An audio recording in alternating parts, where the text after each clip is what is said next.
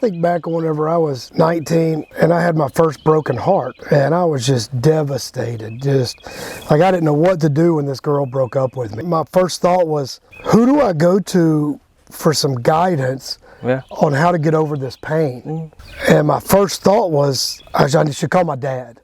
So I called my dad, and he says, well, he listened to me cry and stuff, but he didn't have any advice. He didn't have anything to say other than, don't worry too much about it, you'll get over it. It seems like a vast majority of fathers don't understand their verbal and nonverbal communication to the people that they love, from their spouses to their kids. And today we're really primarily talking about the kids, where this is an extenuation of the conversations we've been having about communication and how vital it is. And in this country and most Western countries and Western civilization, there's a big problem with communication and how we do it. And it's creating a massive disconnect, and which we're going to be talking about today. So we welcome you to join us. Sit back and enjoy this fantastic conversation, because we have the incredible Humberto. Say your last name. Y'all got to listen up, because this guy is bilingual and his English is really, really good. But you got to pay attention to him. Introduce yourself, Humberto. My name is Humberto del Valle. I'm from Guatemala. That sounds so sexy, like Humberto. Say it again. Del Valle. We both have very similar experiences with our fathers, and I think most of y'all can relate to this. We learn everything, you know, like we look up to our dads. We think they're superheroes as a young kid, you know, that is our father. He can do no wrong, you know. He's like, if he's mad at me, you know, I got to prove myself that I can do better or be better, you know, for him and thus for myself. And a lot of times we don't even understand what that means, because the father doesn't even communicate what he actually wants, you know. Yeah. And we have developed this societal structure where the father has to pass off the child to the indoctrination camp, the school process, for them to have their education. Then a lot of fathers, you know, they'll dump their kids off at a Sunday school or accompany them to a church for their spiritual beliefs, and then never have the conversations about the spiritual belief or what that means. Yeah. And then the work ethic is instilled by, you know, a couple of different ways. You know, hurry up, go to college, get your piece of toilet paper you can put on the wall, and get a job and be in debt. You know, you paid for the equivalent of down payment on a nice house for this piece of paper that in many cases does almost nothing for most people. And so we are subcontracting out the responsibilities of the masculine role in children. And that has been the experience of me and you and many of the people that are visiting, sitting out here in the field with us today. And my father, and I'm sure Pops, if you're going to watch this, don't get your feelings hurt. I love you and I appreciate you, and I'm grateful that you're in my life the way you have been. With that said, there's no communication.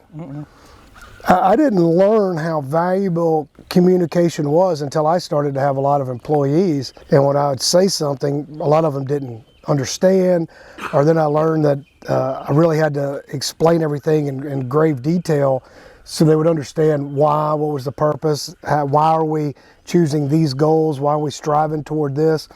And when you don't have that kind of understanding of how to communicate as you get older, we end up running into a lot of problems. And then people don't want to talk. They don't want to communicate, and they assume that everybody can read their mind. Yeah, basically. And nobody can read anybody's mind. No. You know, it would be easier if we can read each other's mind. And maybe one day we will be able to. You know, we're all, well, some of us are working on our clairvoyant skills. Yeah, so I thought this discussion was so important. And so I made some notes about it, because it's so critical to our understanding of life. Like a lot of parents and a lot of fathers tell their children they love them. Yeah. You know, I love you. But then their actions dictate something else. Yeah, they say it, but not with intent. Right. Like, I can tell you I love you, but it can be just blank words, not just a really feeling. That's true.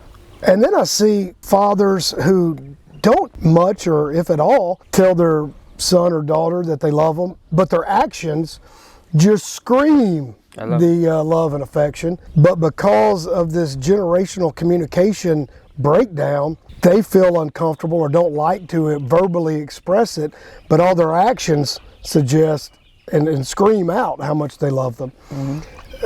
But it's really nice whenever you have your dad say, "Hey, son, I love you." Yeah. And you can feel that, you know, like you can feel that place. Like my dad, I don't ever recall him telling me he loved me until I was in my mid-30s. And it was such a strange thing for me when he said it to me. And I remember thinking, I love you too, but I don't want to say it because now I'm uncomfortable because you just made me uncomfortable because we've never said it, or you know, it was weird. And now it's pretty common for him to tell me that he loves me, which is nice. Still very shallow and inconsequential compared to all of the lack of time that we have spent together, but it's still nice. And me and you were having the conversations earlier over some coffee this morning about these subjects. And well, in my family, it was common for us to like kiss each other and say "I love you," but it was never. We had to say, we said it that many times that it never didn't feel anything. All the way when I left my home, and whenever I came back and told finally my brothers that I loved them, or my mother or my dad at the time, it felt something. But because we had culture of saying "I love you" and like kissing each other and all that stuff, it didn't felt like. It felt routine. It felt routine, yeah. Like, this is what I do. I wake up in the morning, I hug them, say I love you, and there's no meaning. It's kind of, you know, you can wear something out. I think there's a lot of truth to that. And one thing that fathers don't really understand which is one of the purposes of this discussion, is the nonverbal cues that you get from your parents. Like, for instance, you were talking earlier this morning about how important it was when your dad was putting together business deals and such to be included in those things, but he excluded you. Yeah, it was normal for him not to like. Well, I knew he was doing some type of business, or he was getting like in meetings and all that stuff. But he would never be like in detail what happened. And on some, like in my mind, I always wanted to go and see what he was doing, to learn. Right. Because I always have this problem of communicating with others, and one thing that I cannot take from him is like he can make a rock talk. Yeah, he is a great personable person, just like my dad. My dad is extremely fun. He's energetic. He's never met a stranger, and some people have that, and just it's given to them. They just have that gift where they enjoy talking to other people, and other people like them. And some of us, that's just a learned behavior. But I think of that instance of how valuable it is to a father. He didn't understand what he was telling you. He was telling you, you are not as important to me as you think you are, because I don't want you around me in these circumstances. That was the message that you were receiving. Whether or not he was actually saying that or not is a different thing. Maybe he was, maybe he wasn't. He just didn't understand what that was communicating to you. And luckily for me, I had a grandfather who was pretty successful, and I would ask him from the time I was really 6, 7 years old up until my mid-teenage years if I could just go hang out with him while he was at the office or whatever he was doing. And he was always just extremely willing. Like, there was never one time in my memory where he'd said, "No, I'm too busy for that today." No, he always would let me. And these masters of the universe would have breakfast every morning at 6:30 in the morning. I would go with them and just listen. And I gained so much knowledge, and I felt so welcome, even though I wasn't the center of attention, because I knew he was showing me through his actions that he loved me, he appreciated me, he wanted me to learn, he wanted me to participate and jump in the conversation anytime I felt like it. It was never, "Hey, shut up, go over there and sit down, go over there and play in the corner." He treated me as though I was already an adult. And that just screamed volumes of, "Hey, this is awesome." And I learned more from going to breakfast into my grandfather's office than I ever did the indoctrination camps, which are public schools. And then there can't be enough of that. Now, my father, on the other hand, he was not like that. My father, much like yours, well, I just didn't see him very much. And there was a period I lived with him for a couple of months when I was 12. But outside of that, I've spent the night with him a handful of times. And I'm less than 5. Yeah. Since I was as a teenager. Yeah. So that's kind of odd, and I was never included. He was putting together an apartment complex deal where he had an investor and he was going to manage it, and he had a nice percentage of ownership, and I wanted to be involved. I wanted to learn what they were doing, how they were doing it, and I was 18, and he said, him and his business partner said, no, you need to go off and do something else, and in maybe 5, 10, 15 years when you get some experience, we'll talk about hiring you. Mm-hmm. I'll never forget that because it really stuck into my mind like, wow, I have this resource who is my father that is learning as he's going, and he could pass on this knowledge and information to me, and he's refusing. That sent big messages to me. And I was like, wow, this is unbelievable. And then, every other Thanksgiving or sometimes on Christmas or the day after Christmas or something, he would, hey, Merry Christmas, after the fact, more often than not, which was a telltale sign, which makes it more difficult when you say, I love you. Yeah. Like when I hear those words, I think he really loves me. But I don't know. But I don't know. Well, the difference between me and you, I think, is that, at least for all my childhood, until I was like 17, my parents were together. So I think it was more difficult in the sense that he was going there every night, and he was not a CEO of like a big company, or he had his own company, but he was general manager of like a big company. Right. And I know that I was in school and I couldn't go to like all the meetings, but like on the weekends we would go to the club to play golf and stuff like that, and meetings were like deals were being making on the golf course, or let's say I was getting out of school at 4, I could easily like make my mom drive me or the chauffeur drive me to where he was, and then we can have the evening together. And I always wanted to learn, but I think got to a point that I stopped asking of anything or trying to ask for him to take me and to teach me, because I know his answer was going to be always no. Yeah, that's sad, because I think back whenever I was 18, 19, and I had my first broken heart, and I was just devastated. Just like I didn't know what to do when this girl broke up with me. I was just, insides are bubbling, I'm in tears, and like my first thought was, who do I go to for some guidance on how to get over this pain? And my first thought was, I should call my dad. So I called my dad, and he says, well, he listened to me cry and stuff, but he didn't have any advice. He didn't have anything to say other than, don't worry too much about it, you'll get over it. And that was it. And like he didn't want to talk anymore about it. Like he wanted to shut the conversation down. He was uncomfortable. Yeah, he was uncomfortable. And he didn't really know what to say. And which would have been awesome if he'd have just said, I don't know what to say. Yeah. Like, I know it hurts. Or come on, let's have a beer. Why don't you come over and just hang out with me? Time will end up curing this, and it's good and healthy to be around people that you love. Yeah. And I'm not pointing my dad out as like he's some bad guy or something, because he's not. But these conversations are so vital because we don't really understand how these things affect every single person for the remainder of their life, and with those most important relationships throughout our life. So if we can't talk, like in the last podcast, if we can't communicate with ourselves and we can't clearly communicate with others, we certainly can't communicate with the divine, in my estimation. And so I think that's why it's so important to share and bare our souls for the betterment of anybody else wanting to learn how their life impacts their children in a way they may have never considered.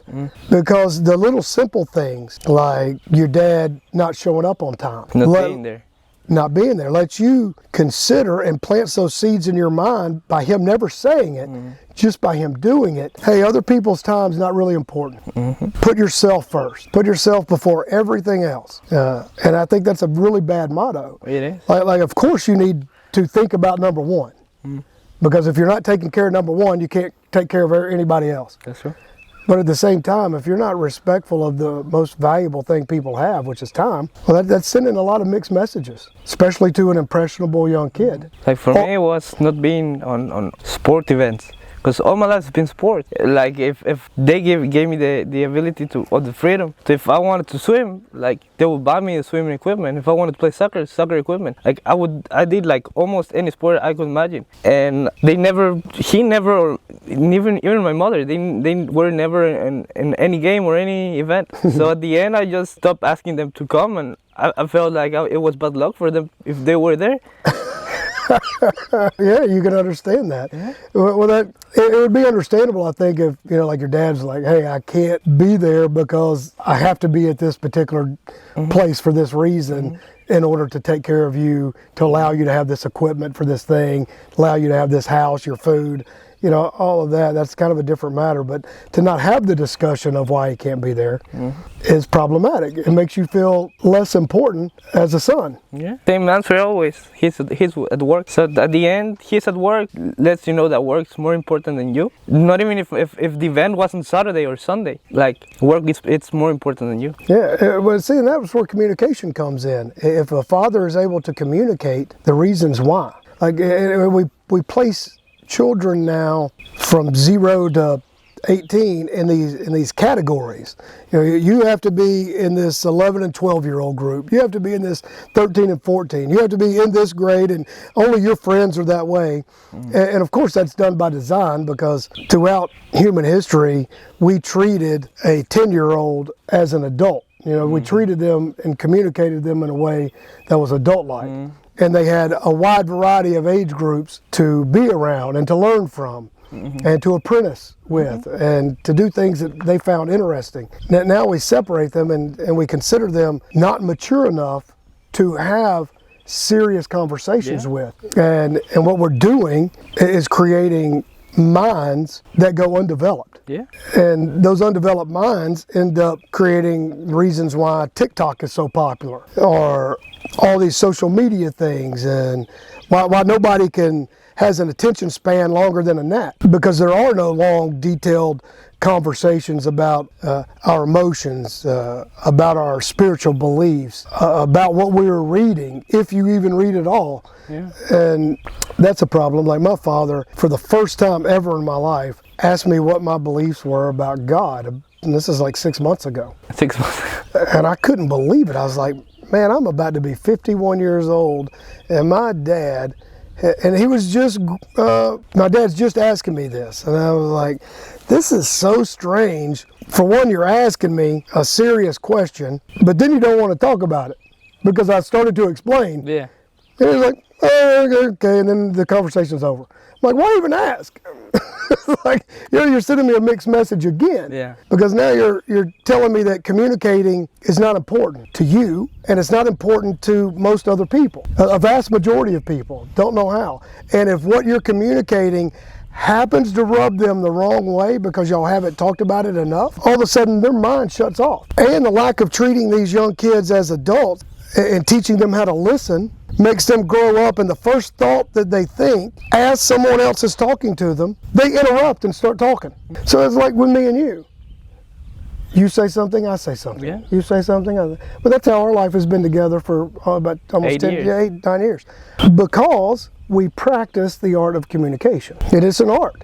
It's a nice dance. So people think in their minds, because of this lack of communication training, that it's okay to interrupt you. Yeah. I got a thought going on in my head which automatically tells the other person, I'm not listening to you. I don't care what you're saying, because I am more important with my thought that I'm going to stop you mid-sentence to tell you what I'm thinking about a totally different subject. Yeah. It's basically just flipping you off. Like, hey, screw you, I don't care what you're saying. And I see that with fathers doing that to their kids all the time. Like in social settings, kids start to say something, dad interrupts with, shut up, or go on, go over there and play with the kids, or go sit at the kids' table. I mean, that's the worst invention ever. They interrupt the conversation because they know that if they don't say it at the moment, they will not be able to say it, the kids. So that's why they're interrupting the conversation, because parents don't give them the opportunity to talk. Right. But and also what that does to the children is, as they grow up, they believe it's totally normal and considerate to be that rude. Yeah. To say, oh man, my buddy over here is talking to me, but I already know then I'm more important than my buddy, because that's the training I've gotten in life. Yeah. Is every example around me, or many examples around me, are showing that I should interrupt because you are less than me. And even if you don't feel that way and you don't want to communicate that, you are communicating that to the other person. And that is what we teach boys. You see it everywhere. Yeah. I'm primarily talking about boys because as a boy and growing into a man and now being a man, that influence is of your father. Yeah. And it's the most important one. And to have the masculine and the feminine in your life in such a powerful way that teaches you how to communicate openly and honestly without fear is an invaluable set of circumstances. The parents should teach you how to behave. Yeah, and the nonverbal communication is really, really key. It is. I think our relationship would be much different. Like I've been a quasi-father figure to you and 3 other boys, and y'all have been an invaluable, to me, I can't even describe how important y'all have been in my life. And the level of communication, the level of talking is just night and day from my own childhood experience. And I think we can learn from those lessons of, I see where other people in my life influence me in a way not to want to communicate, so I can alter that balance because I have a mind to critically think.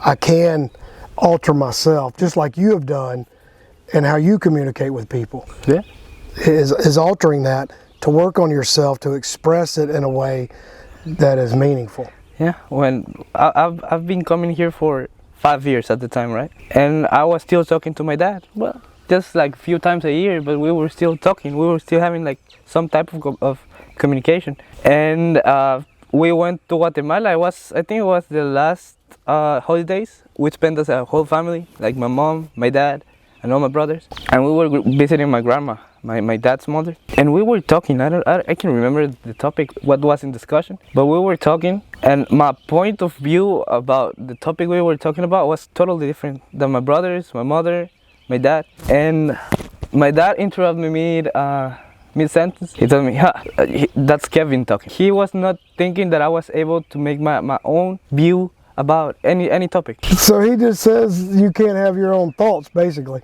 Yeah, subconsciously he was telling me I cannot have my own thoughts, and I heard that. I just got quiet. I was like, before I was say something like I was hurtful for him and my grandma that was there and all that, I just stopped talking. But because I was not in tune with what he was thinking, it was not me talking. It was you, or it could be someone, anyone else that put that thought in my mind. At the time I was so mad, but then I thought it was so hilarious that he thought you placed some kind of seed in your mind.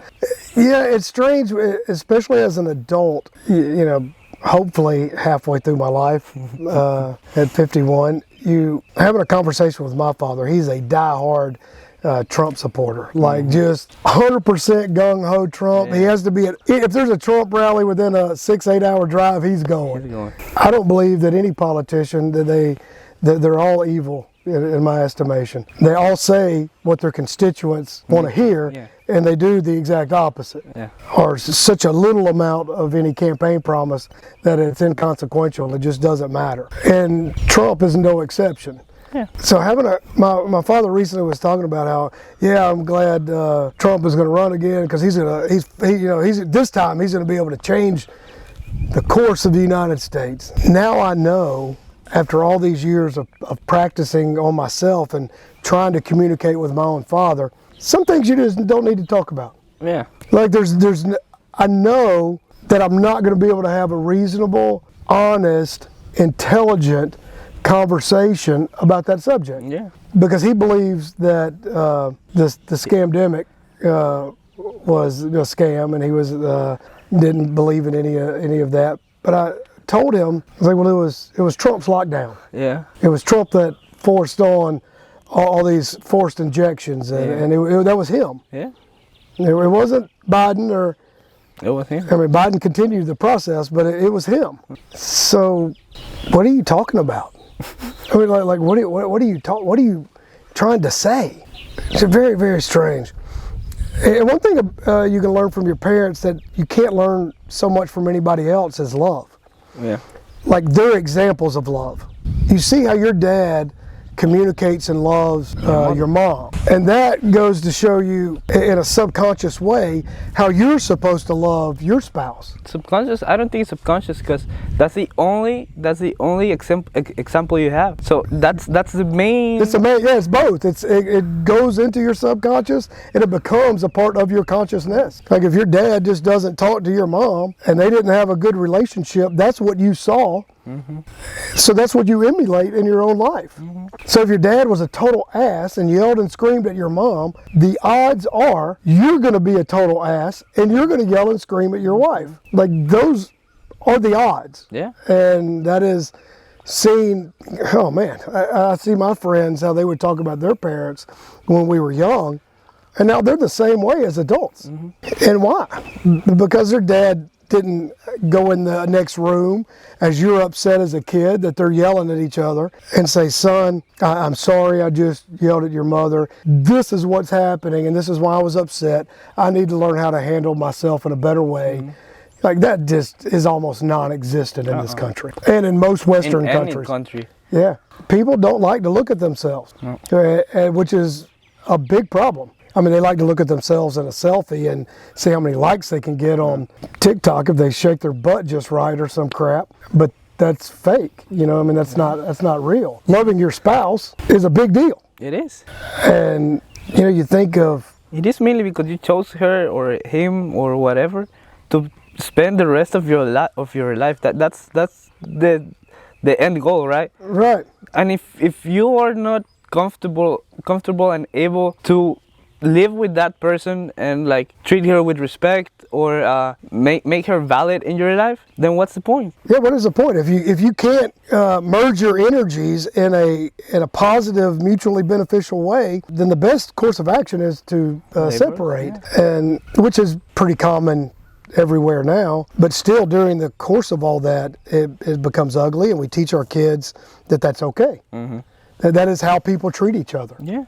And that's not how people should treat each other. Mm-hmm. What we're doing is perpetuating a civilization of non-trust, non-communication, automatically believing the other person is going to screw you. And so then everybody tries to screw each other the most. And then we get this situation of a totally societal breakdown of what this country is experiencing now. Mm-hmm. And then on top of it all, one of the most important things we do is work for energy. We work for this currency that we're forced to then use as money that is dictated by a government forced upon us in this exchange. And not one time has my dad ever told me what money was. What is the purpose of it? Why am I working for it? Why do I set goals to do these things? And who controls it and why?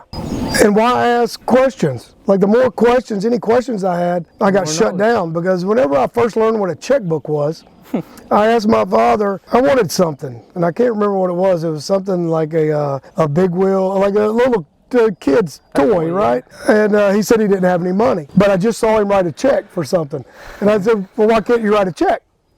And, but I didn't understand. Yeah. You know, I'm a child, so and I want to absorb and learn. And instead of explaining it to me, it was one of the few times that I attempted to have a serious conversation with him as a child, and he told me to shut up. Mm-hmm. He couldn't explain it. Like, he could not explain it to me. I don't know why he couldn't. Like, he started to, and then he was aggravated that he was trying to tell a kid what a checkbook is. Yeah.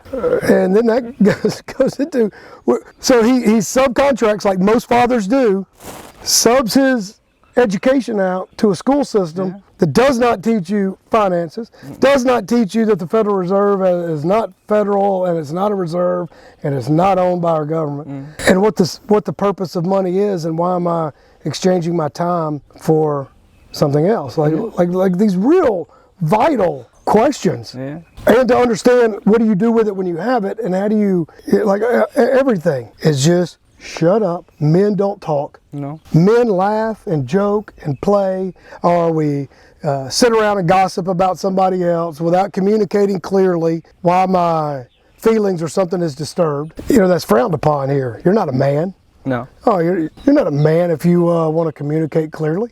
Well, that's just That's the silliest, stupidest thing ever. And we wonder why the vast majority of people say everybody else is stupid. Like you see it everywhere I go with people. I just don't like people. Everybody's so stupid. Like you hear that from the vast majority of people you run into say something negative about the human race. Human race is horrible. These people are dumb. And then you think, well, hell, you are one of those people. And so am I. Like, we got to stop that. We have to stop that. We have to realize that we all have the potential and are worthy of that respect and to communicate better with ourselves so we can learn and so we can grow. Otherwise, we're just going to continue walking through life thinking, well, how am I going to screw this guy? How am I going to get over on this girl? How am I going to do this thing? That's what's been shown to us from a large percentage of fathers. Yeah. My father just taught me how to create a facade, to people that to look at you and just think that you are someone that made it in life without he telling me how to make it in life. You know, like he taught me you need to have money so you can buy designer clothes, big brand watches, and a nice car. And he didn't taught me how to like get to that point. Or what's the point of it in the first place? Huh? Yeah, and it's pretty silly. I had a very close friend of mine that gave me much more valuable information than I ever got from any family member besides my grandpa. It was that everything is about your character, what you actually do. And he was one of the wealthiest people, anywhere around here for sure. But he didn't drive a fancy car. He did have a nice truck, but it wasn't like overly nice or overly bad. It was just something nice that he was comfortable in, that he knew his AC would work when he was hot. He knew he could get from point A to point B. But that was it. He didn't go out there and associate himself with this material thing. He associated himself with the honor and integrity of how he treated himself and others. And those are the lessons that are missing from the school system, from most churches, from television programming. It's called programming for a reason, people. We need collectively to get back to find a place we can build upon that we can elevate each other. Yeah. And I think the imperfections are what makes it so interesting. Like when we get aggravated, like I got a good friend of mine sitting out here. Man, I can't count how many times me and him have been aggravated at each other. I mean, it's probably been like countless. But in those countless situations, at no time did I think, wow, well, we can't talk about an issue. Yeah. We can't talk about it. And the imperfections is what makes it wonderful. Yeah. It's the soup of the thing. It's the soup of life. It's like the gumbo of life. You know, the more crud's in there, the better it tastes. Well, we're going to call this podcast to an end because we got cows coming to invade our podcast. Which goes to the whole thing of if you're in the local area and you want to have good, clean, grass-fed beef, you want to participate in having chickens and eggs, just call me, email me. It's all on the mysticsoftexas.com. You can come out and help us during the week or before or after our podcast on Sundays. Come participate. We welcome you out. And the first Sunday of every month is event day. I got it wrong last podcast. I said it was today, but I was fibbing by accident. It is next Sunday. So come out and join us. We are expecting as the first Sunday of every month. Normally a lot of people come out. So you'll have a great time with some friends and bring your family. And we'll see you then. Thanks.